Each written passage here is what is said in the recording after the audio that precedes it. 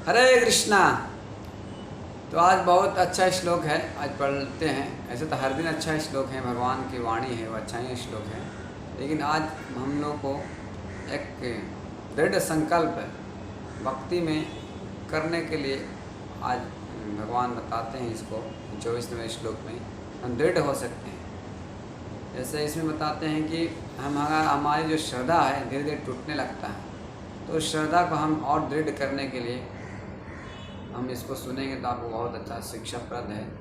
और एक इसमें एक उदाहरण से प्रभुपाद जी समझाते हैं। एक छोटी सी चिड़िया जो इतना महान विशाल समुद्र को सुखा देने के लिए संकल्प लेती है, उसी प्रकार से एक योगी एक भक्त को दृढ़ संकल्प के साथ निश्चय और धैर्य उसके हम साथ में लगते हैं तो भक्ति जो भगवत प्रेम जो है वो प्राप्त हो जाता है। हम श्लोक पढ़ते हैं, उसके बाद और चर्चा करेंगे। ध्यान योग चल रहा है, अध्याय 6 है और श्लोक नंबर 24 है। स निश्चयेन युक्त वयो योग अनिर्विण चेतसा संकल्पो प्रभवान कामास त्यक्त्वा सर्वान् अनुशेषता सव मनसा इंद्रिय ग्रामा विनिमया समन्ततः। अनुवाद: मनुष्य को चाहिए कि संकल्प तथा श्रद्धा के साथ योग अभ्यास में लगे और पथ से विपथ ना हो। उसे चाहिए कि मनोधर्म से उत्पन्न समस्त इच्छाओं को निरपराध रूप से त्याग दें और इस प्रकार मन के द्वारा सभी ओर से इंद्रियों को वश में करें। हरे कृष्णा।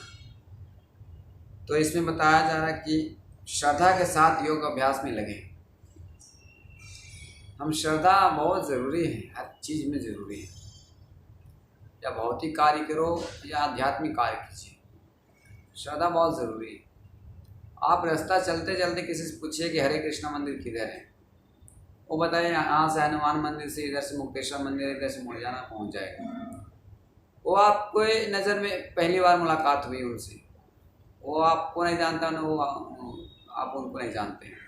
एक श्रद्धा होती है, ये बताए होंगे ज़रूर सच बताए होंगे, एक श्रद्धा रखते हैं। और जैसे एग्जांपल ले लें कि पढ़ाई करते हैं लोग कि नौकरी अच्छा जीवन चले, हम अच्छा जीवन निर्वाह करें, तो एक श्रद्धा के साथ पढ़ाई करते हैं। लेकिन हर लोगों को नौकरी नहीं लगती है और हर लोग नौकरी नहीं करते हैं, कोई बिजनेस करते हैं, कोई अलग अलग उद्देश्य भी होते हैं। इस प्रकार से श्रद्धा शक्ति समय के साथ वो उस काम में लगते हैं, हर चीज़।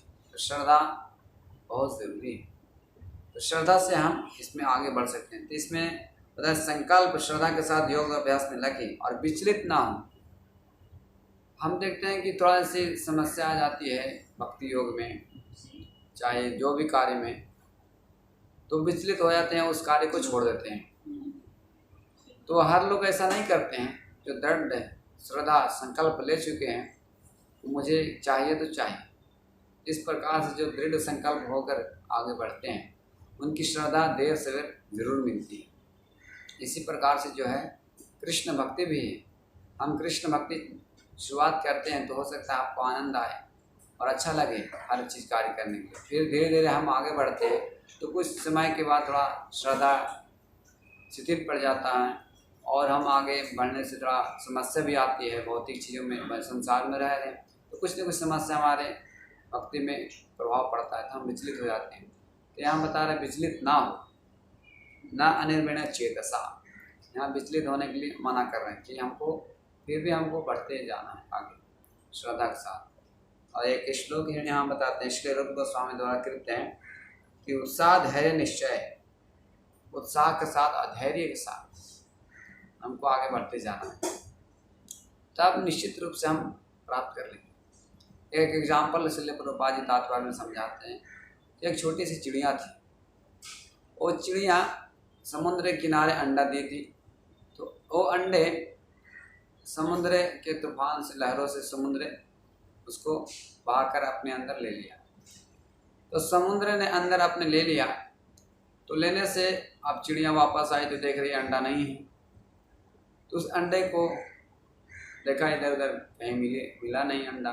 फिर वापस समुद्र के पास उनके पास गई चिड़िया और बोली मुझे अंडा लौटा दो।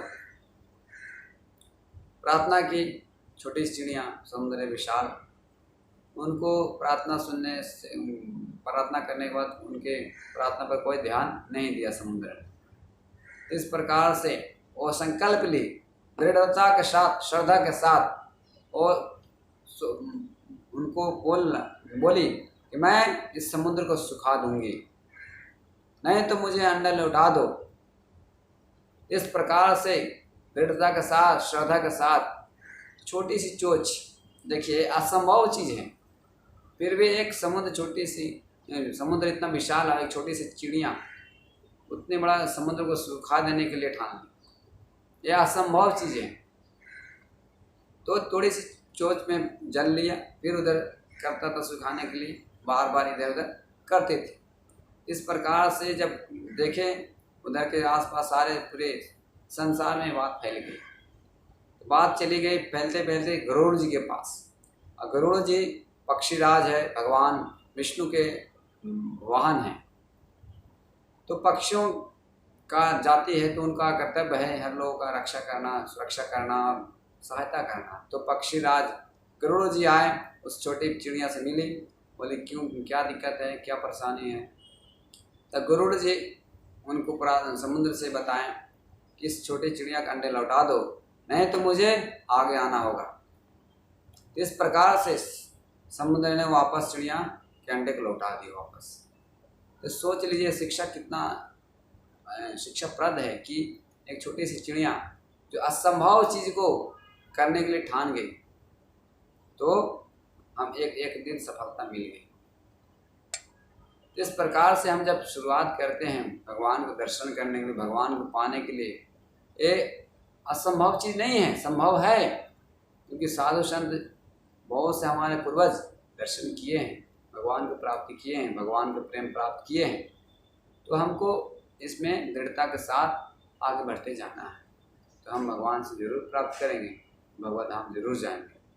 तो इस शिक्षा से हम लोग अवश्य दृढ़ श्रद्धा में लगे, भक्ति में, और आगे बढ़ते जाइए।